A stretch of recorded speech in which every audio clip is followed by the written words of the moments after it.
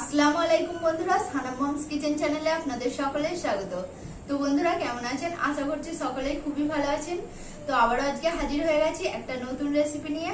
আর আজকের রেসিপিটা সম্পূর্ণ অন্যরকম। তো আজকে আমি বানাবো পাকা আমের রসগোল্লা, তো যার স্বাদ অসাধারণ। তো অবশ্যই একবার ট্রাই করে আমাকে কমেন্টের মাধ্যমে জানাবেন কেমন হয়েছে। তো চলুন বন্ধুরা দেখে নেওয়া যাক কিভাবে আজকে রেসিপিটা বানাচ্ছি। তো বন্ধুরা, রসগোল্লা মিষ্টিটা বানানোর জন্য প্রথমে আমি 1 লিটার দুধ নিয়ে নিয়েছি। তো এখানে আমি 500 প্যাকেট লিকুইড দুধ 2 প্যাকেট নিয়ে নিয়েছি। আপনারা চাইলে গরুর দুধ দিয়েও বানিয়ে নিতে পারবেন। তো এখন আমি দুধটা ভালোভাবে ফুটিয়ে ছানা কাটিয়ে নেব।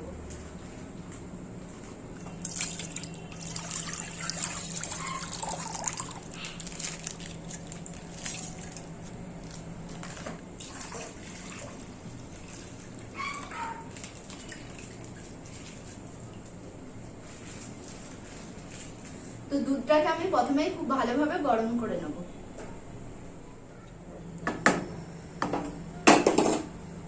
তো বন্ধুরা, দুধটাকে ভালোভাবে ফুটিয়ে নিয়েছি। এখন আমি ছানা কাটিয়ে নেব।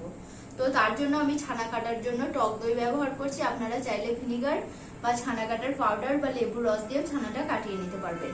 আমি এখানে বাড়িতে টক দই ছিল, তার জন্য টক দই দিয়ে ছানাটা কাটিয়ে নেব। আর মিষ্টির ক্ষেত্রে টক দই দিলে ছানাটা কিন্তু অনেকটা সফট হয়। তো টক দইটা আমি অল্প অল্প করে দেবো আর এইভাবে লাকড়ির সাহায্যে মেশাতে থাকবো। তো এইভাবে করে ছানাটা কাটিয়ে নেবো।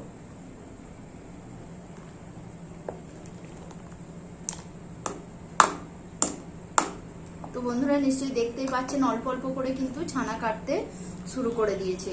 তো এইভাবে করেই ছানাটা কাটিয়ে নিতে হবে। আর একবারেই ছানাটা কেটে যাবে না, তো এইভাবে নাড়তে নাড়তে ছানাটা কাটবে। তো বন্ধুরা এখন নিশ্চয়ই দেখতে পাচ্ছেন কত সুন্দর ছানা কেটে গেছে। আর দুধটা পুরো সবুজ হয়ে গেছে, পুরো জল হয়ে গেছে। তো এখন আমি ছানাটা ছেঁকে নেব। তো বন্ধুরা, ছানাটা ছেঁকে নেওয়ার জন্য এখানে আমি একটা পাত্র নিয়ে নিয়েছি, তার উপরে একটা ছাঁকনি। আর এখন আমি দিয়ে দিচ্ছি সাদা একটা সুতির রুমাল। তো এইভাবে রুমালটা দিলে খুবই ভালো হয় ছানাটা ছাঁকতে। তো এখন আমি ছানাটা ছেঁকে নিচ্ছি।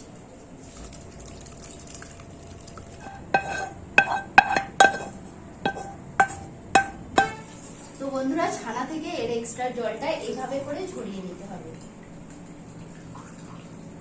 আর যে ছানার জলটা সেটা কিন্তু আপনারা চাইলে ফ্রিজে রেখেও দিতে পারবেন। এটা রুটি বা পরোটা বানালে খুবই ভালো লাগে, আর তরকারিতেও দিতে পারবেন।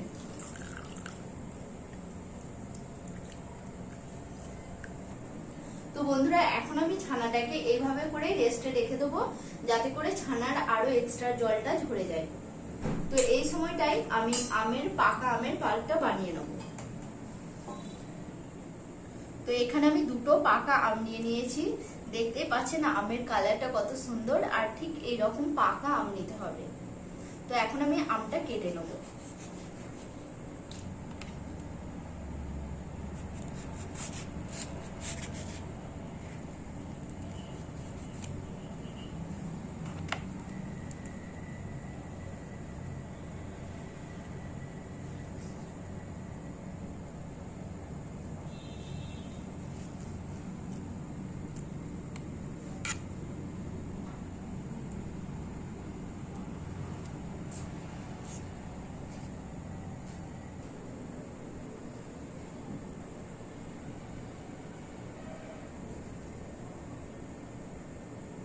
তো বন্ধুরা, আমের শাঁসটা বের করে নিয়েছি। 2টো আম থেকে এই পরিমাণ শাঁস বেরিয়েছে। তো এখন আমি মিক্সিতে এটা একটা পেস্টের মতো বানিয়ে নেব।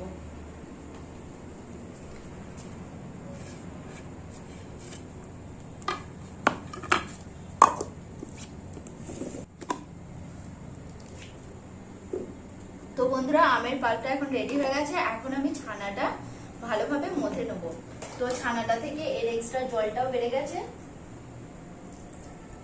তো বন্ধুরা, আমি তো বললাম ছানাটা ভালোভাবে মথে নেবো, কিন্তু ছানাটা মথে নিয়ে মিষ্টিটা বানিয়ে রেখে তারপর শিরাটা বানালে অনেকটাই সময় লেগে যাবে।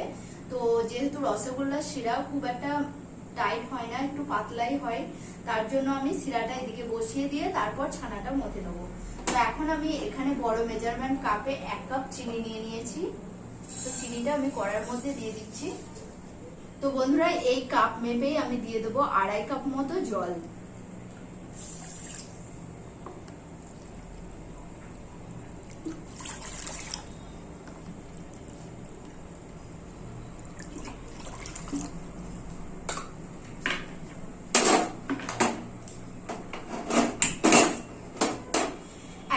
চিনিটা গলে যাওয়ার জন্য কিছুক্ষণ অপেক্ষা করব। আর এখানে আমি নিয়ে নিয়েছি 4টে এলাচ। তো এলাচের মুখটা অবশ্যই ফাটিয়ে দেবেন।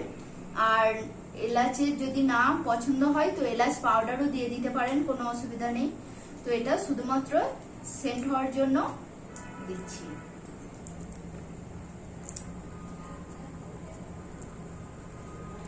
তো বন্ধুরা এটা শুধুমাত্র ফ্লেভারের জন্য দেওয়া।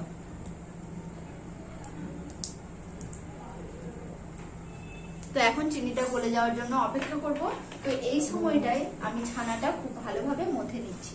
তো আমি কিভাবে মথছি সেটা আপনারা দেখে নিন। তো এইভাবে করে ছানাটা খুব ভালোভাবে হাতের তালুতে এইভাবে করে মেখে নিতে হবে। আর এইভাবে মথলেই কিন্তু ছানা মিষ্টি পুরো 1 নম্বর হবে। তো দোকানদাররাও ঠিক এইভাবে করেই মথে নেয়। তো দেখতেই পাচ্ছেন বন্ধুরা কতটা সফট এখনই হয়ে গেছে।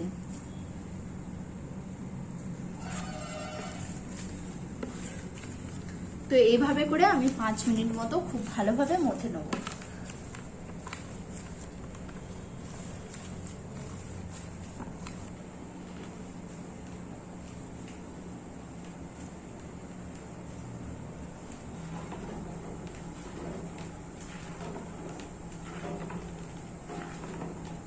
বন্ধুরা ছানাটা আমি খুব ভালোভাবে 5 মিনিট মতো মেখে নিয়েছি। এখন আমি এর মধ্যে দিয়ে দেবো ময়দা।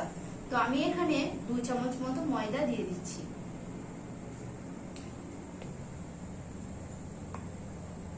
তো বেশি ময়দা দেওয়ার কোনো প্রয়োজন নেই। তো 2 চামচ ময়দা দেওয়ার পর আবারও আমি ছানাটাকে মেখে নেব। তো এখন আমি আমের পাল্পটা দিয়ে দেবো ছানার মধ্যে। 2 চামচ মতো দিয়ে খুব ভালোভাবে মিক্স করে নেব।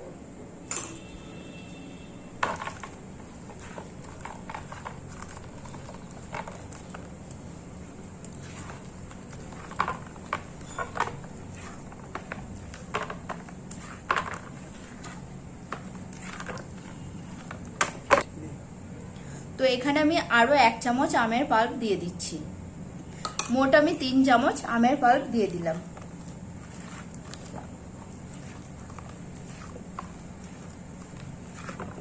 আর খুব ভালোভাবে আমের পাল্পটাকে ছানার সঙ্গে মিশিয়ে নিতে হবে।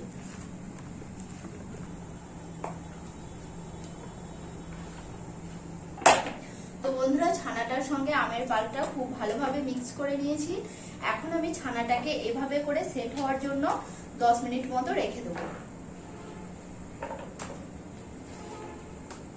তো বন্ধুরা চিনি সিরাটা খুব ভালোভাবে ফুটে গেছে। তো এখন আমি এর মধ্যে আমের পাল্পটা দিয়ে দিচ্ছি। এখানেও আমি মোট 3 চামচ মতো পাল্প দিয়ে দিচ্ছি।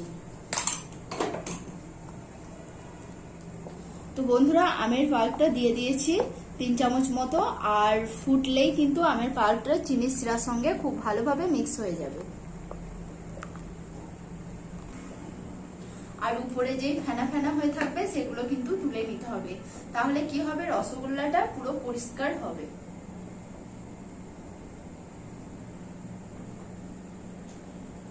আর শিরাটা যত ফুটবে শিরার কালারটাও কিন্তু অনেকটা চেঞ্জ হয়ে যাবে। তো এখন পুরো হলুদ টাইপের চলে এসছে। তো এই চিনি শিরাটাকে আমি আরো 5 মিনিট মতো ফুটিয়ে নেব। তো বন্ধুরা চিনি শিরাটা 5 মিনিট মতো ফুটিয়ে নিয়েছি। অনেকটাই গাঢ় হয়ে গেছে। আর এই যে ফেনা ফেনা এগুলোকে কিন্তু আমি ছাঁকনির সাহায্যে তুলে নিচ্ছি। এতে করে কি হবে, রসগোল্লাটা পুরো ক্লিয়ার হবে দেখতে। তো বন্ধুরা আমি ছানার মধ্যে এখন দিয়ে দিচ্ছি, ছানাটা অনেকটাই সেট হয়ে গেছে। এখন আমি ছানার মধ্যে দিয়ে দিচ্ছি 1 চামচ অ্যারারুট। তো রসগোল্লার ক্ষেত্রে কিন্তু অ্যারারুটটা খুব বেশি প্রয়োজন, খুবই ভালো হয়। অ্যারারুটটা দিলে পুরো দোকানের মতো হয়। তো ময়দাটা না দিয়ে যদি অ্যারারুটের পরিমাণটা বাড়িয়ে করেন তো খুবই ভালো হয়। কিন্তু আমি 2 চামচ ময়দা দিয়ে দিয়েছি, তার জন্য আমি 1 চামচ অ্যারারুট দিয়ে দিলাম। এখন আমি ছানাটা খুব ভালোভাবে মেখে নেব। আর বন্ধুরা এদিকে শিরাটাও হয়ে গেছে, আমি গ্যাসটা অফ করে দিচ্ছি।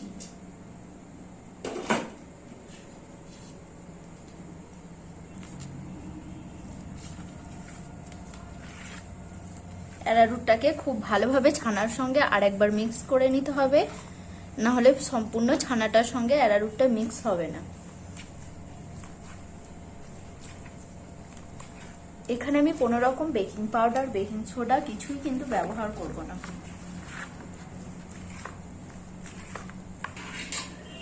তো বন্ধুরা, এখন আমি রসগোল্লা মিষ্টিগুলো বানিয়ে নেবো। তার জন্য হাতের তালুতে ভালোভাবে ঘি লাগিয়ে নিয়েছি। আপনারা চাইলে তেল লাগিয়েও নিতে পারেন। এতে করে কি হবে, রসগোল্লার সাইডটা পুরো মসৃণ হবে, দেখতে খুবই ভালো লাগবে। তো এখন আমি অল্প কিছুটা অংশ নিয়ে রসগোল্লাটা বানিয়ে নিচ্ছি। তো প্রথমে এইভাবে হাতের সাহায্যে গোল করে নিতে হবে।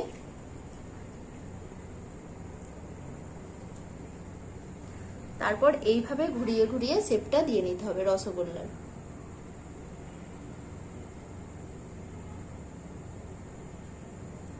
তো বন্ধুরা, এইভাবে করে আমি সবগুলো মিষ্টি বানিয়ে নেব।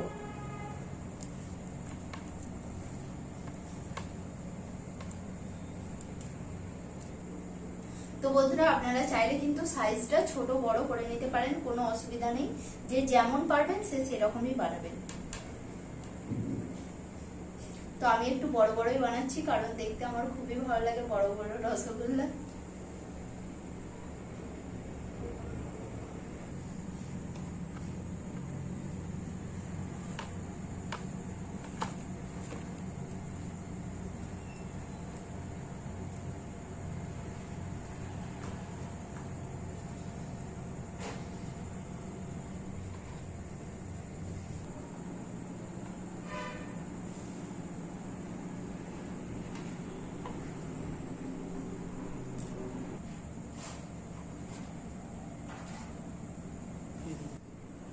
তো বন্ধুরা, সবগুলো রসগোল্লা মিষ্টি বানিয়ে নিয়েছি।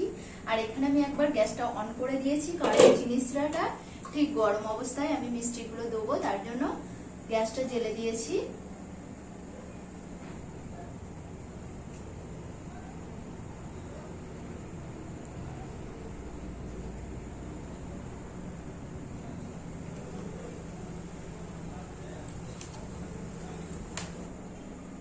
তো বন্ধুরা, চিনি শিরাটা এখন ফুটতে শুরু করে দিয়েছি। আমি এখন একটা একটা করে রসগোল্লা দিয়ে দেবো।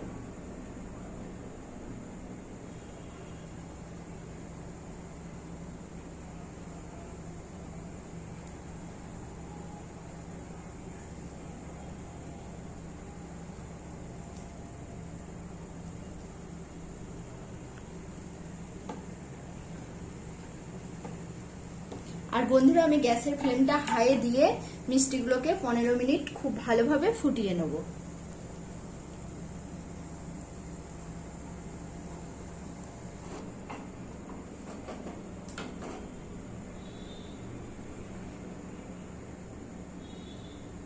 তো বন্ধুরা, 5 মিনিট আমি এইভাবে খোলাই ফুটিয়ে নিয়েছি। আর দেখুন মিষ্টিগুলো কতটা ফুলে উঠেছে। তো এখন আমি মিষ্টিগুলো ঢাকা দিয়ে আরো 10 মিনিট মতো ফুটিয়ে নেব। পুরো ফুলে টইটম্বর হয়ে গেছে। তো এখন ঢাকা দিয়ে আমি আরো 10 মিনিট মতো ফুটিয়ে নিচ্ছি। তো বন্ধুরা, 15 মিনিট হয়ে গেছে।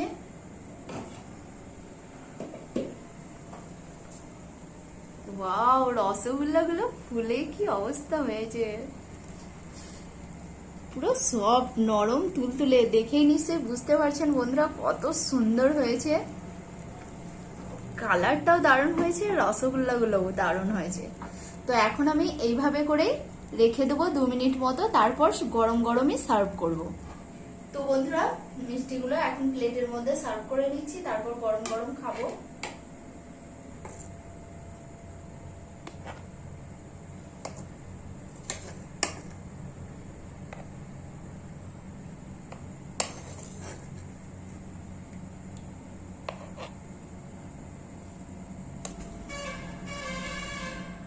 তো বন্ধুরা, আমরা এখন খাবো, দিয়ে টেস্টটা কেমন হয়েছে সেটা আপনাদেরকে জানাবো। আর আজকে আমার সঙ্গে খেতে বসেছে ভাই। তো একটা মিষ্টি আপনাদেরকে কেটে দেখাচ্ছি কতটা স্পঞ্জি হয়েছে। তো বন্ধুরা, দেখতেই পেলেন কতটা নরম হয়েছে মিষ্টিটা। আর একটা জিনিস আপনাদেরকে দেখাচ্ছি। তো দেখুন মিষ্টিটা কতটা স্পঞ্জি হয়েছে, পুরো নরম, পুরো তুলোর মতো হয়েছে। আর খুব ভালোভাবে কিন্তু রসটা শোক করে নিয়েছে।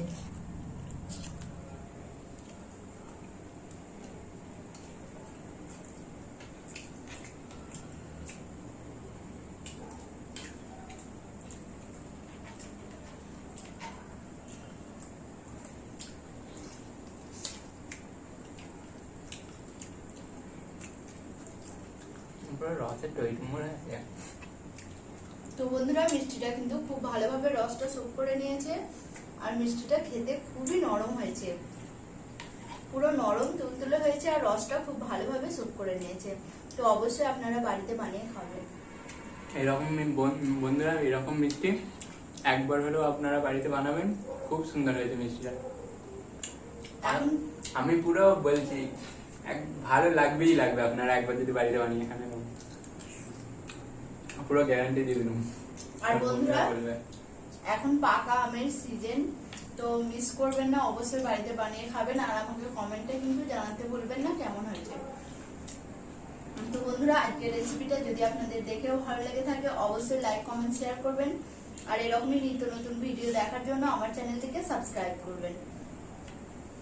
প্লিজ বন্ধুরা একটু সাপোর্ট করুন, কারণ আপনাদের সাপোর্টের খুবই প্রয়োজন। আর ভিডিওগুলো আপনাদের জন্যই বানাচ্ছি, যাতে করে আপনারা সহজভাবে এই রেসিপিগুলো বাড়িতে বানিয়ে খেতে পারেন। তো বন্ধুরা আজকের মতো এতটুকুই, ভালো থাকবেন, সুস্থ থাকবেন, আর এইভাবেই আমার চ্যানেলটিকে সাপোর্ট করে যাবেন। Tata tata. আমি দুটো মিষ্টি খেয়ে দিলে খাও না।